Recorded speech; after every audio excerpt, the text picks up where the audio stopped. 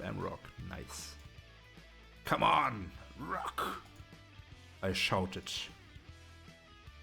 A guy standing next to me glanced over and said, "We're gonna rock already, don't you worry." What, are you playing too, or what? You're bad. Then why aren't you on the stage? They're tuning and everything. I don't need any tuning. I'm always tuned. He adjusted his dark glasses. Why did he need them inside? Ah, because he looks cool. Damn, look at him. So cool. See ya. The guy said and disappeared behind the dressing room's door. The club lights dimmed and the first guitar chords emerged from the speakers. Hello everyone, we are the Fields! A familiar voice said into the microphone and the floodlight projectors erupted with light. And that was a bass drop. Ellie was standing in the middle of the stage wearing a rather strange getup. Not just standing, she was singing and playing. Life didn't prepare me for this. What I've been seeing cannot be unseen. I said out loud, but thanks to the thunderous music, no one heard me. I immediately remembered too many M's. Way too many M's. I immediately remembered what happened yesterday in the old music room. The rich kids are going completely wild. We have to stop them. Oh, oh, this is cute.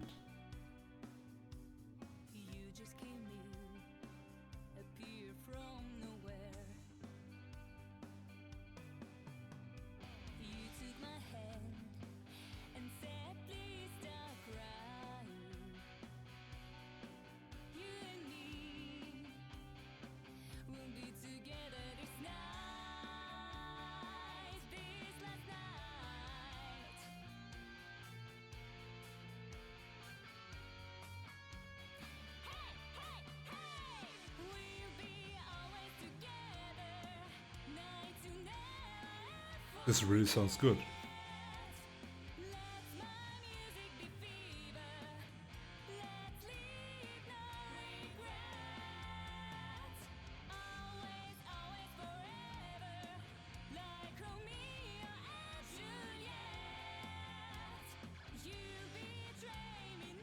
I really like the 70s and 80s rock vibes. This is so cool. I'm really into this novel right now from just from the soundtrack.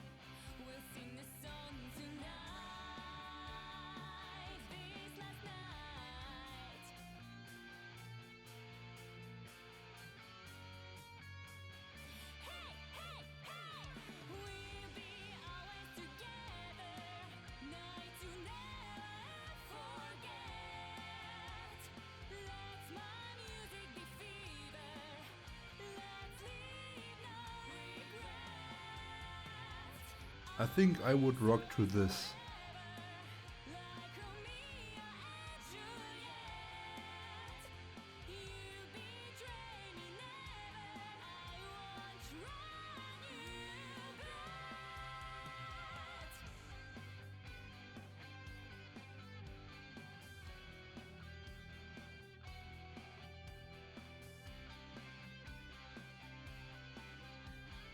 Yep.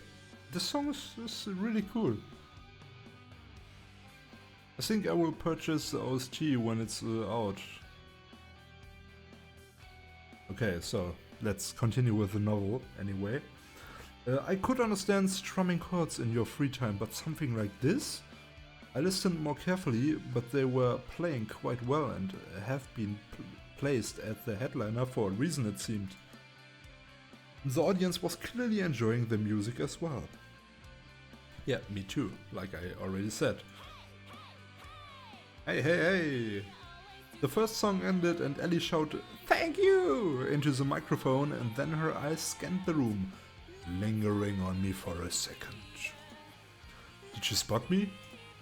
Judging by the surprised and even somewhat embarrassed expression on her face, yes, she did. So, what? Was she really hoping that no one would find out that the exemplary pupil, the genteel lady by day, becomes the queen of Tokyo's glam scene at night? I grinned. Liking what you see? Where did you come from? That weird guy, the keyboardist for The Fields, was standing next to me again. You're just on stage. You have to try hard with her. I'm not really. We just got in the same school and we sort of know each other. Oh, is that so? His eyes flashed behind the glasses. He's a cyborg. Or something like this. Terminator, maybe. Or is that so? And what was that dumb name? The Feel. It's spelled That Feels. Ah, okay.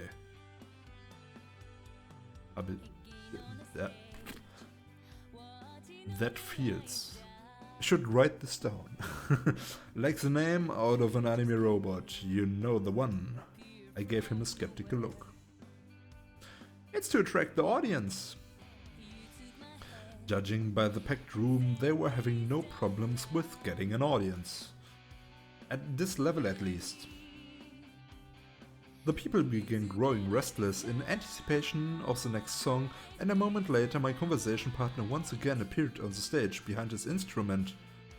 They played something resembling a ballad.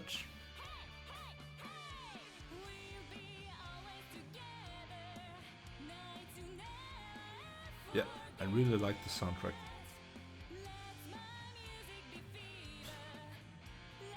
I don't know if this is on purpose, but the purple light spots on Ellie and his and her two band members resemble the petals that are some kind of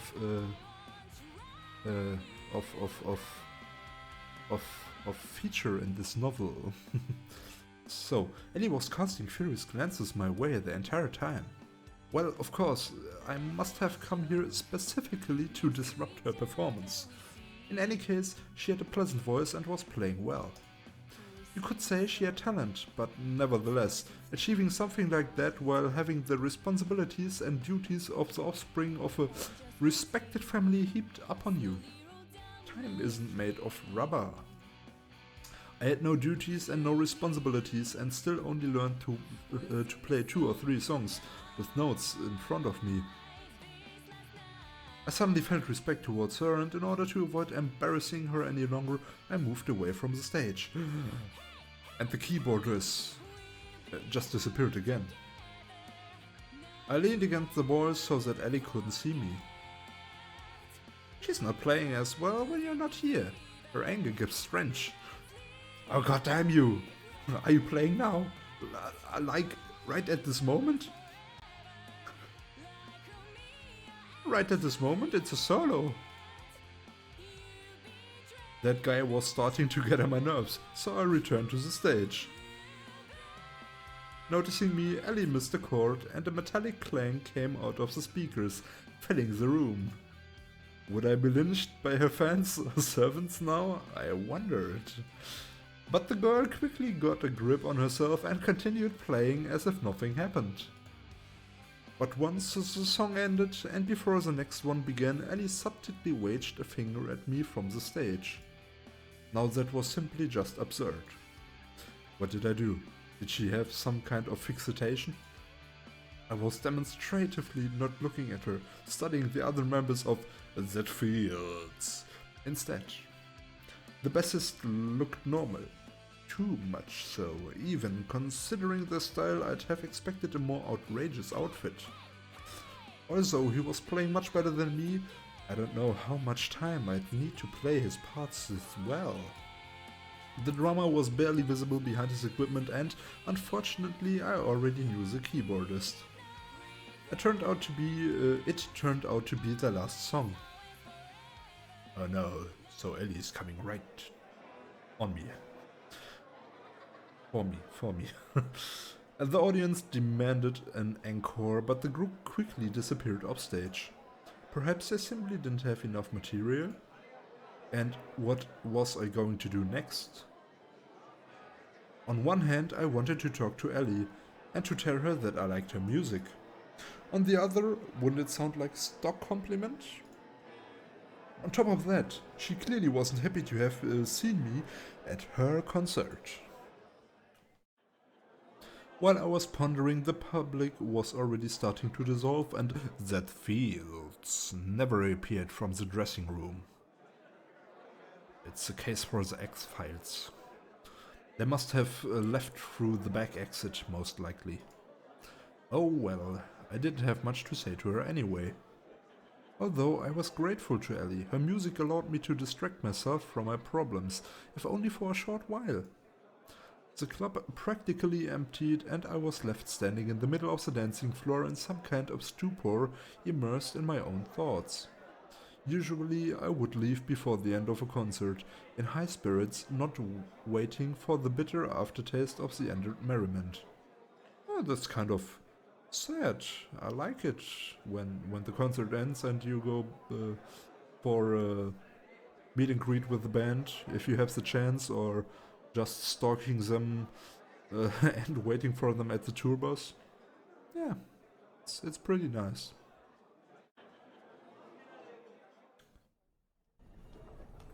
Either it got warmer outside, or the alcohol warmed me up, and I reached home far too quickly. Yet another note from Himitsu was waiting for me under the door. She could have easily opened the door with her own keys because I didn't lock it from the inside, made dinner for me and waited. Just like yesterday.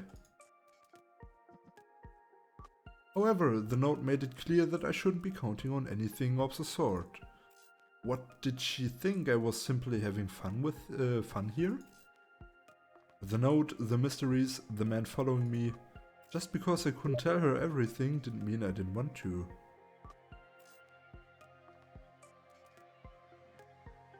Wait a moment.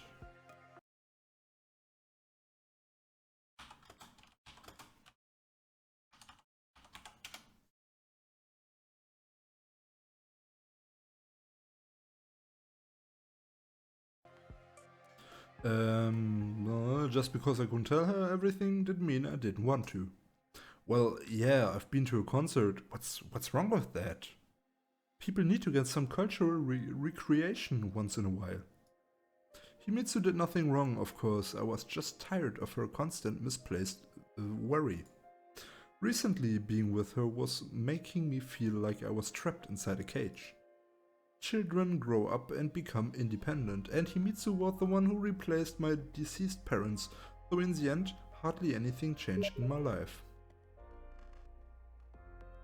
But to be taking all of this for granted, was I really being ungrateful to her? Judging by this note, she wasn't just upset, but also really hurt. Maybe I should call her?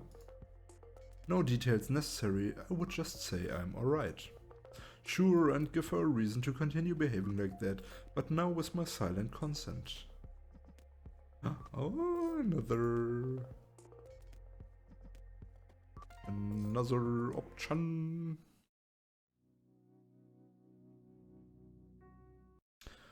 I think we should call her. We owe her that one. Do we? Maybe. Do we call her? I have no idea. Because this is the next cliffhanger. Thank you all for watching. I will see you in the next video. Bye bye!